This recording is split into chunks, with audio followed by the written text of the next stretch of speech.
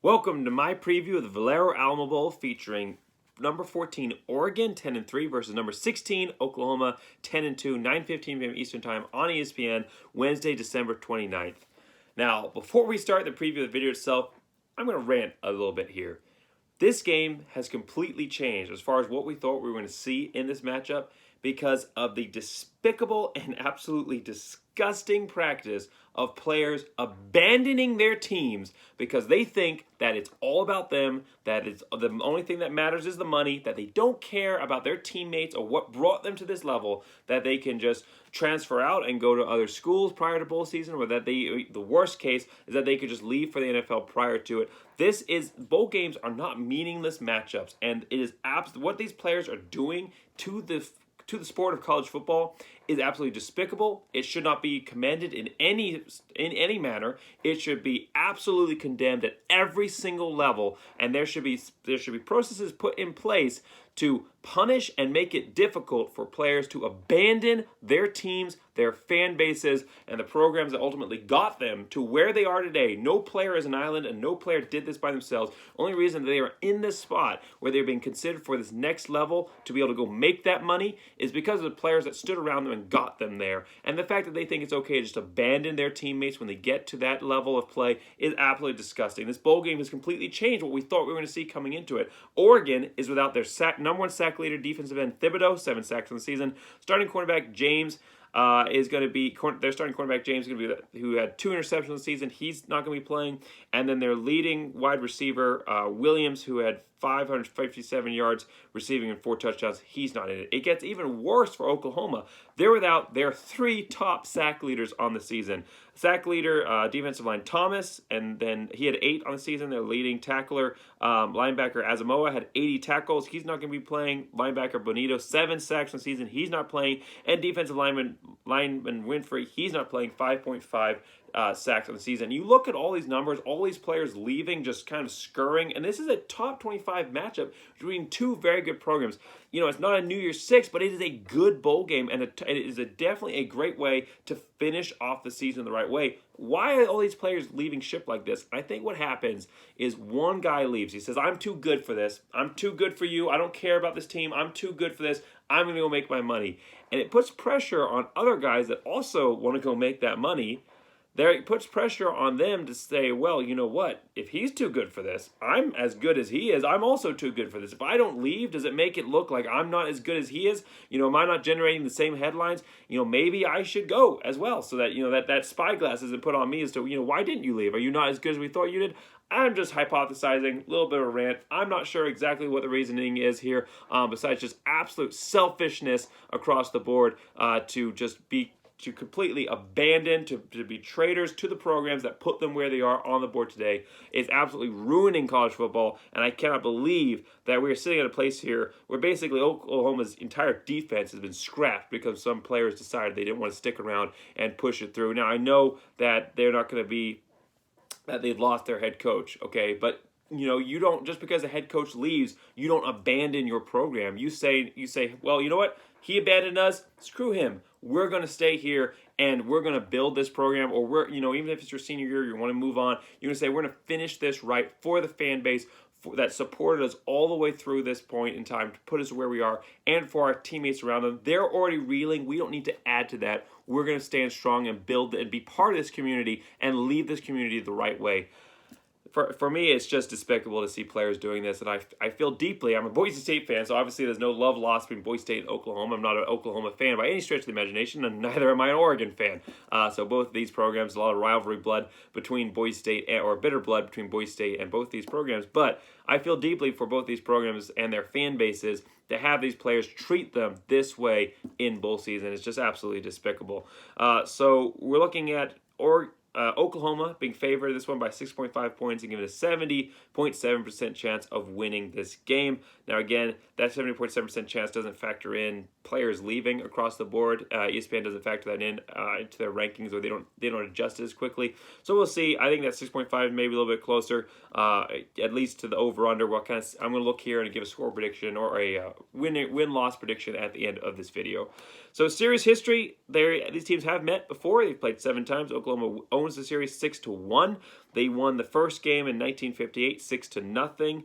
And then they went on 6 wins, including a Holiday Bowl win in 2005, 17-14. However, Oregon was able to get the last game played in the series, a win in 2006, a 34-33, very, very close win right there to end the series at that point. And this is a revival of that series between these two teams to kind of see if Oregon can get another win in the modern era of college football, or if Oklahoma can continue that dominance that they've had in this series.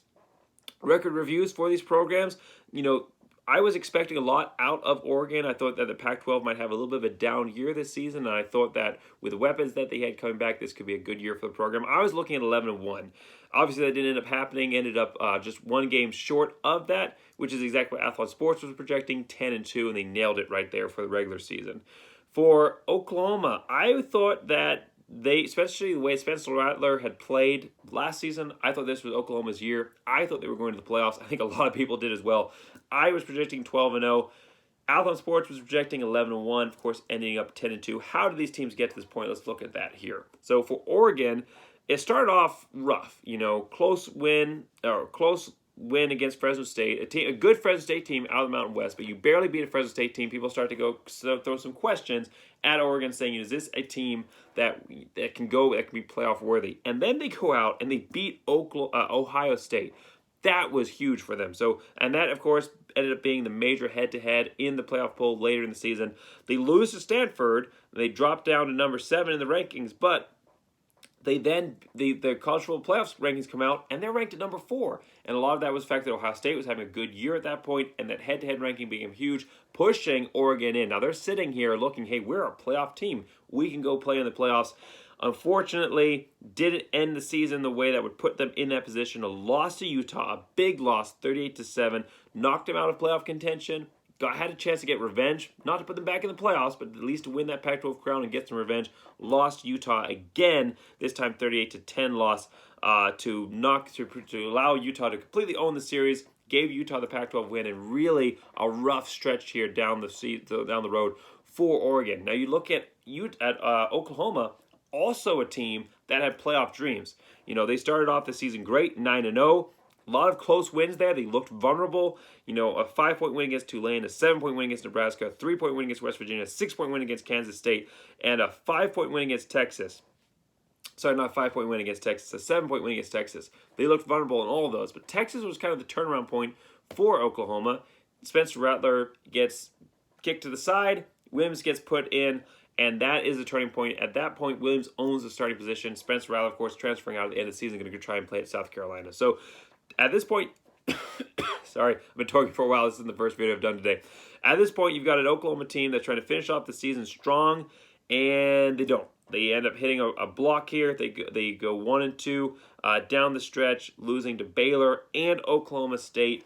And not that was on Williams. I think that all of the factors that Oklahoma had building up to this point, you were looking at a team that had so many weaknesses and openings and vulnerabilities that were being exploited by these teams and not quite capitalizing. Well, they finally met some good teams, some quality teams here, and then those games turned into losses against Baylor and Oklahoma State. Top players for these teams, well, for Oregon, it's kind of going to be what you got left. So luckily for them, they still have a good player here on their team here, and freshman linebacker Noah Sewell, who actually has managed 106 tackles, 4 sacks, 5 passes defended, 1 interception, and 2 forced fumbles. So they're missing some key players on defense, but they're not missing all their defense. He's going to be a major factor for a defense that's going to be struggling and reeling for some top players out. Their sack leader and their starting cornerback. They're going to have some issues here against a Oklahoma offense that is good. Williams is a great quarterback here. He's very, very maneuverable. I've been very excited to see how he's played. It's almost like watching backyard football, the moves and plays that he's able to make and just improvise on the fly. So it is a very, very tough offense that Oregon is trying to face off against, even if it's an offense, if it's defensively, Oklahoma's reeling. Offensively, they're still strong. Interim head coach, but we're going to see if Oklahoma can come in here and get the win that this offense has been pushing towards with a good quarterback here in Williams, who is going to be a big part of the future here for Oklahoma. But a big part of that is, or a big way for, sorry, kind of struggling to stretch here a little bit like both these programs. A big reason that Oklahoma might not be able to get that is because of this key player here for Oregon. For Oklahoma, I've mentioned him already. It's going to be the freshman, Caleb Williams, 1,670 yards passing, 18 touchdowns, only 4 interceptions. That's a major point. That yardage is very impressive considering he really only played half a season here for Oklahoma. So this is definitely a guy that can toss it around. I think he's better than Spencer Rattler. I think Oklahoma made the right call going with him. I think he gives Oklahoma more options and is going to be that better option going forward into the future. But he's not just in the passing game. Talking about those better options, 408 yards rushing, 5.7 yards per carry, 6 touchdowns, long of 71 on the season. So this is a guy that can throw it and can run and can run it. A guy that you can build an entire offense around. Definitely the player that's going to bring Oklahoma, regardless of the pieces that they end up missing, regardless of losing the head coach. He's the kind of guy that's going to keep Oklahoma at a top level of college football as they make that transition from the Big 12 to the SEC. 4 keys to the game here. So for Oregon, it's going to be run, just run. That's going to be your key here, is run as much as you can in this game. That's been their key to all season. They've really built their game around that run game. And the fact that Oklahoma is without their defensive line, basically. I mean, you have an Oklahoma team that is basically has lost almost their entire defensive line and a linebacker. This is a team that is reeling. There is going to be so many opportunities in the run game here. It's a defense that's been good against the run. They only allowed 123.9 yards per game, but it's a Oregon team that has averaged 203 yards per game on the run. They do well. Their running back here, 1,118 yards rushing, 15 touchdowns, 5.3 yards per carry. They have been good in the run, and it's only going to get better against Oklahoma team that's been playing subs in key starting positions on that defensive line. For Oklahoma, let Williams loose. Let him do his thing. You know, you're struggling right now. You have a head coach or a interim head coach who's coming in and trying to coach this team without necessarily understanding or the nuances of this program, and he's not experienced coaching at this level. So you're not necessarily going to be able to prepare as you would for a normal game. But Oklahoma, this guy, Williams, he is a great improviser on his feet, literally using his feet specifically for improv a lot of times to make some big runs, some crazy plays. Just let him loose, let him do his thing, have confidence in him, build that confidence. The more confident he feels, the more that he's able to feel that confident in himself, the more confident he will grow. So the better that Oklahoma can just let Williams do his thing against an Oregon defense that's going to be missing some key players.